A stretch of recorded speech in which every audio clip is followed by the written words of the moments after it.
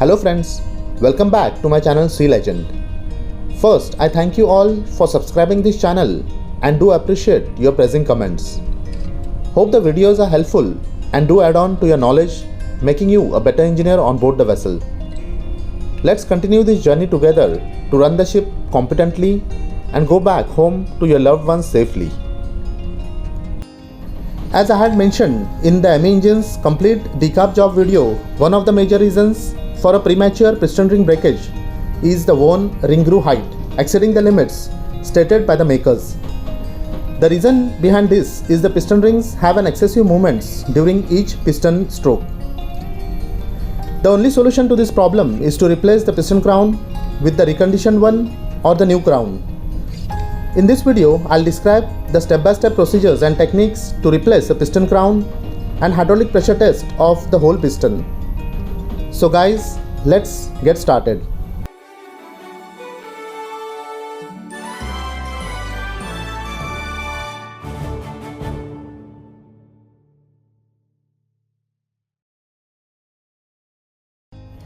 Prior dismantling the piston crown, always do read the manual maintenance section and do confirm you have all the required tools and spare parts necessary for the job.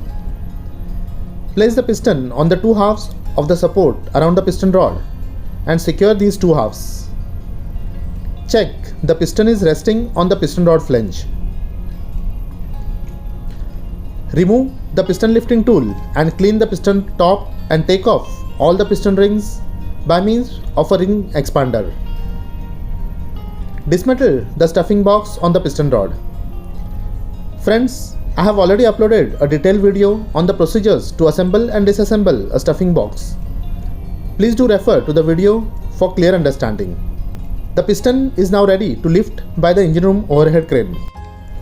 Mount the lifting tool on top of the piston, remove the securing stand and lift the piston.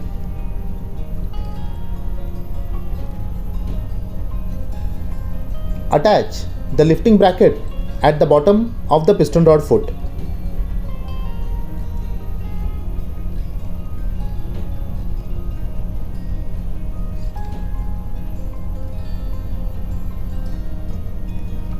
Using a strong rope, fasten the shackle of the lifting bracket to a strong point.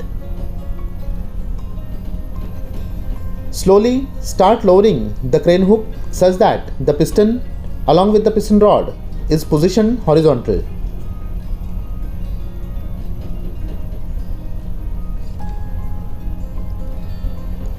Do place wooden blocks such that the piston is not affected by any rolling movement of the vessel.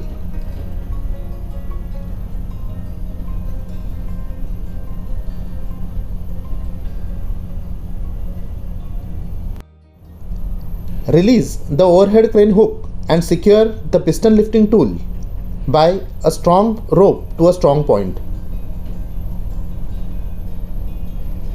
Next, you need to connect the crane hook to the lifting bracket at the bottom of the piston rod foot and slowly start lifting the piston rod. The purpose is to position the piston upside down. Friends, utmost attention is required, particularly by the crane operator. The two movements upward and backward of the crane hooks are to be synchronized with each other. Once the piston is positioned exactly in vertical direction, loosen the rope and remove the lifting tool from the piston crown.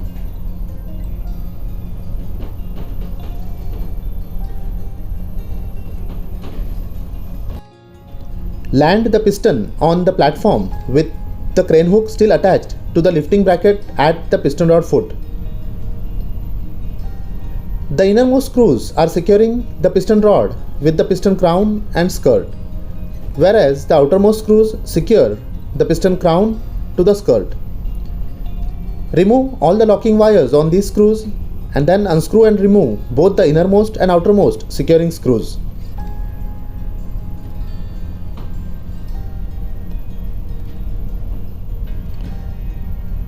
Lift the piston rod clear of the piston crown and skirt.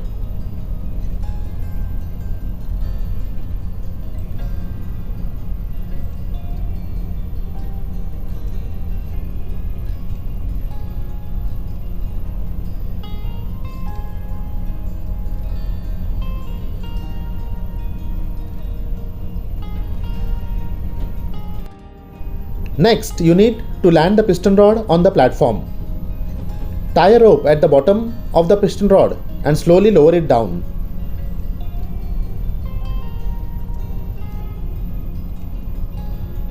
Friends, just for your information, the oil flow to cool down the piston crown is through the telescopic pipe, which is one secured with the 4 screws inside this piston rod. In order to separate the piston crown and skirt, fit 2 eye bolts along with the wire slings on the piston skirt. Take the weight of both crown and skirt on these wire slings over the crane hook. Then, using a screwdriver, just detach the crown and the skirt. Then lift the piston crown to send it to shore for reconditioning.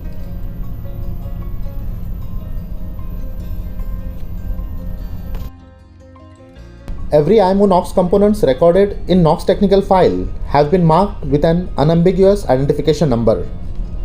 Do verify this ID number and authenticate with the NOx technical file on board.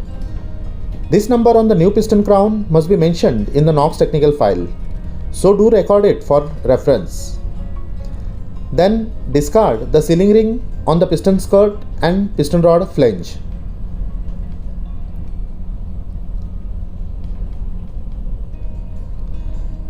Install a new O-ring set.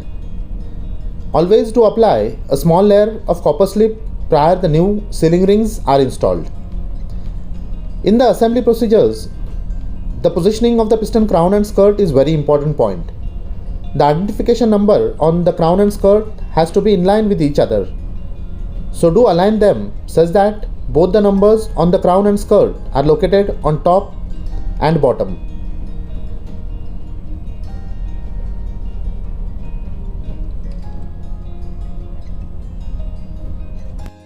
Use a Teflon rod to position the piston skirt in proper place.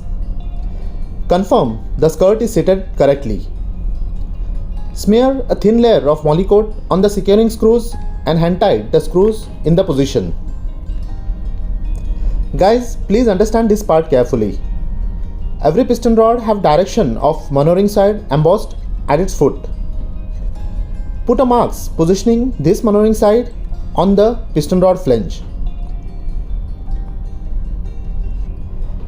Now during assembling, the embossed ID numbers mentioned earlier on the piston crown, piston skirt and the marking on the piston rod flange have to be in line on the same direction.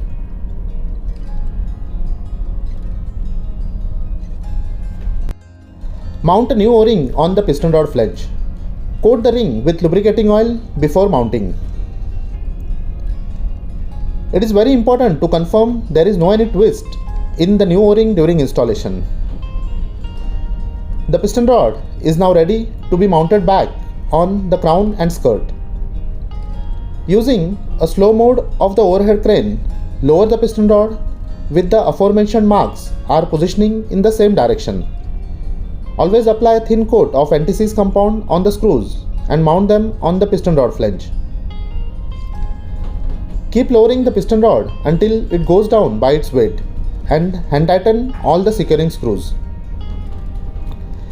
Tighten the innermost screws in diagonally opposite direction to the specified torque stated in the manual. Later, follow the same procedures on the outermost screws.